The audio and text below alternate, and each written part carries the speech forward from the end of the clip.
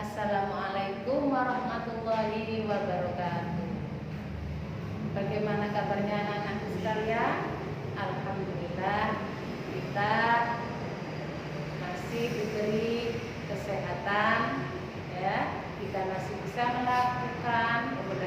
meneruskan pembelajaran walaupun di era pandemi COVID-19. Ya, senantiasa kita berdoa memohon kepada Allah, senantiasa perlindungan ini diberikan kepada kita.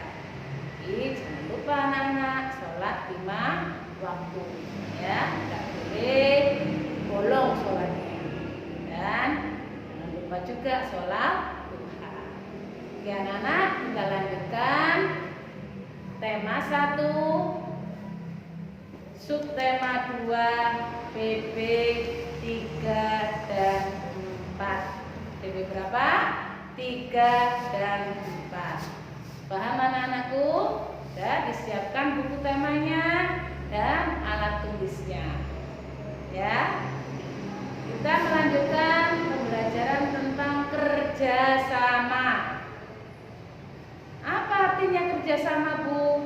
Ya, kerjasama bisa dilakukan kapan saja. Artinya anak-anak tidak terikat waktu. Kita bisa melakukan kerjasama kapan saja. Saat kita bermain, kita bisa bekerja sama. Tahukah kamu bahwa kita dapat bekerja sama dari permainan tradisional? Ya, permainan tradisional, permainan ya, iya zaman dulu, permainan tradisional. Ayo kita pelajari bersama. Ya, salah satu permainan tradisional di Indonesia yang sangat menarik adalah permainan bakiyah. Anak-anak tahu bakiyah? Ada yang tahu, ada yang belum tahu. Ya, bakiyah, perhatikan, permainan bakiyah ini berasal dari Sumatera Barat. Berasal dari mana, anak-anak? Sumatera Barat. Bakiyah atau biasa disebut dengan terompa. Terompa bakiyah di Sumatera Barat merupakan permainan yang membutuhkan kekompakan. Ini contoh dari bekerja sama. Hari ini kamu akan mencoba permainan tradisional bakiyah dengan keluargamu. Nah, kalau di sekolahan kamu bisa, anak-anak bisa bermain dengan teman-teman. Sekarang bermain bakiyah dengan kakaknya atau adiknya, ya.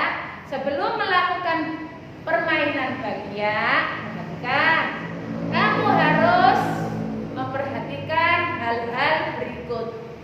1, ya, buatlah kelompok yang terdiri dari 3 orang. Ya, satu kelompok 3 orang, 1, 2, 3, ya.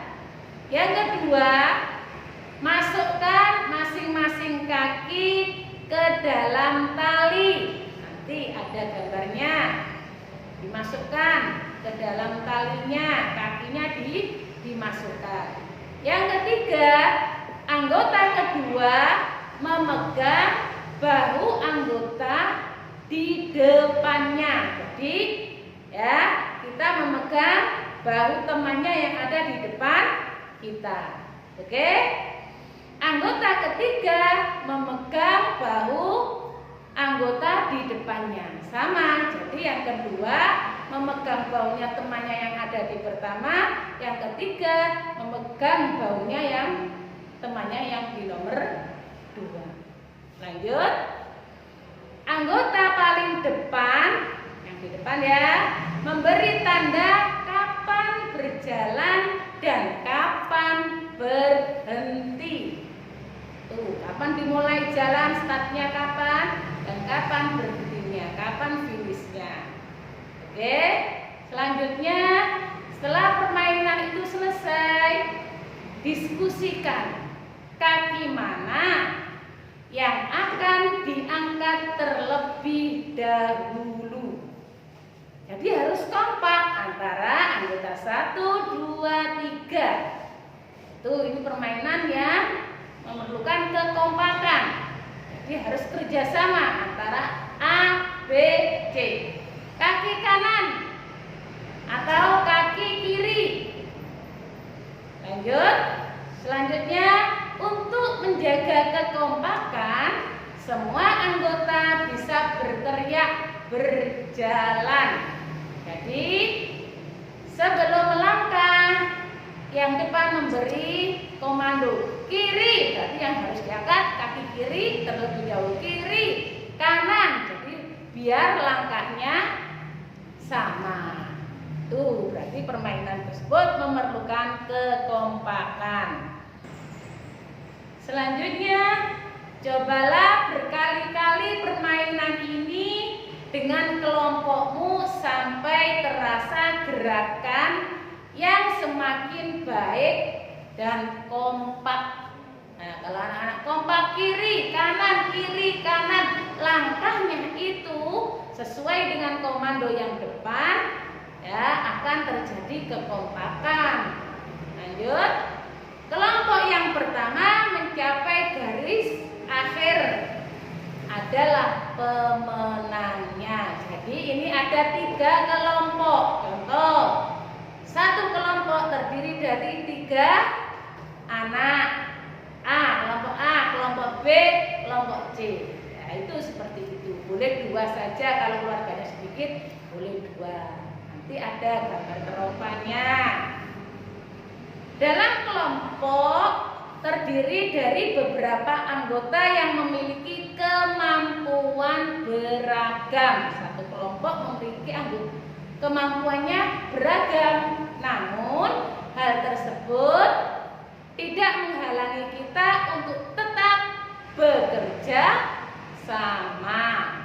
Saling menghargai perbedaan dalam bekerja sama akan membantu tim mencapai tujuan, mencapai keberhasilan. Ini masyarakat Indonesia sangatlah terkenal dengan kebiasaannya bekerja sama.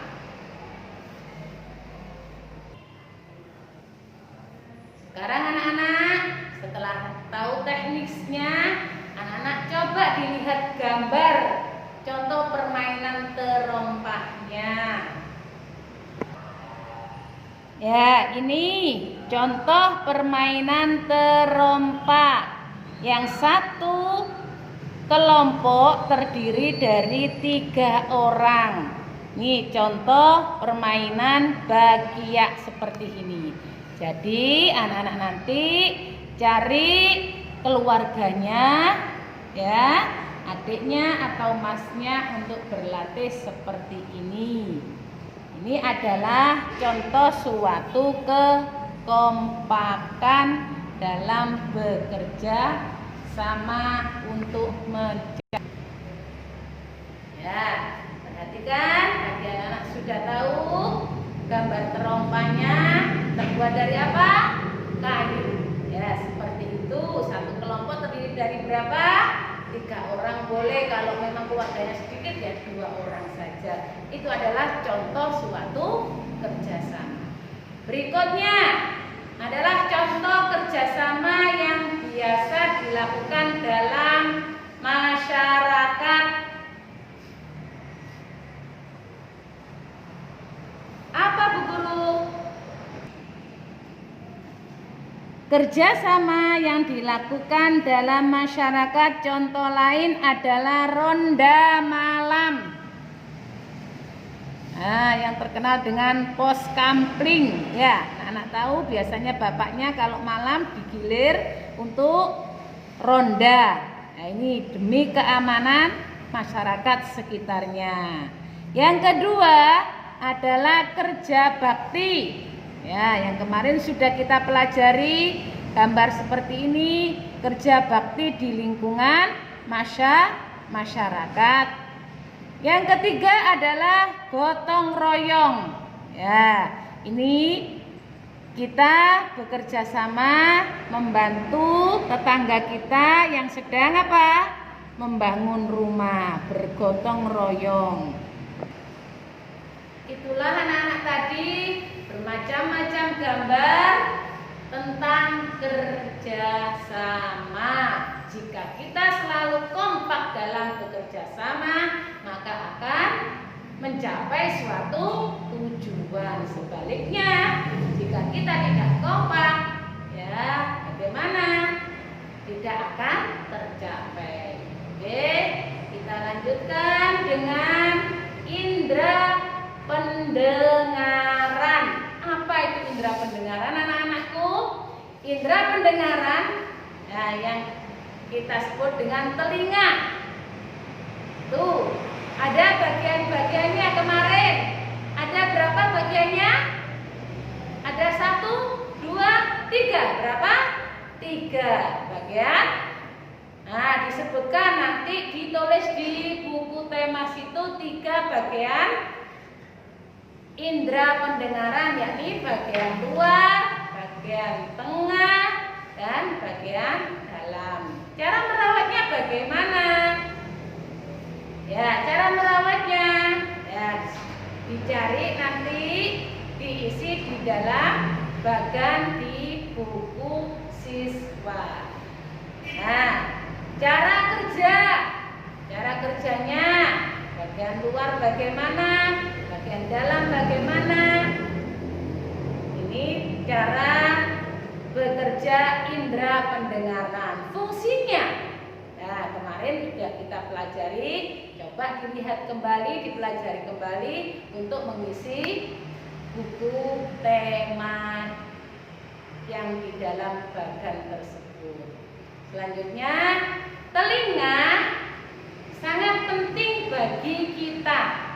Hati-hati dengan telinga, jangan suka mempermainkan telinga, walaupun itu telinganya sendiri atau telinga temannya.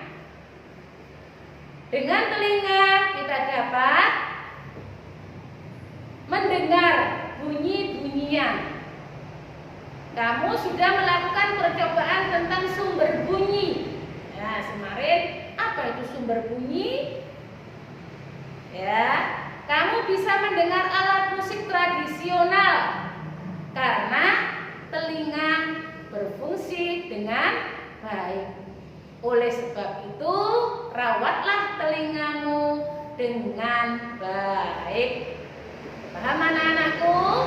Jangan suka bermain telinga. Ada temannya dipukul telinganya. Jangan seperti itu, nanti telinganya akan mengalami pendengarannya akan berkurang. Nah, sekarang kamu akan melakukan percobaan tentang sumber bunyi seperti pembelajaran sebelumnya.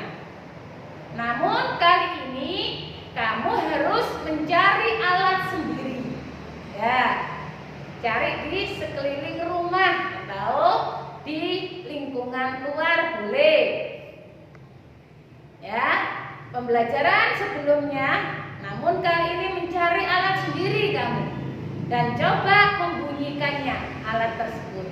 Kamu bisa mencari berbagai peralatan seperti kertas. Ada enggak di rumah? Ada.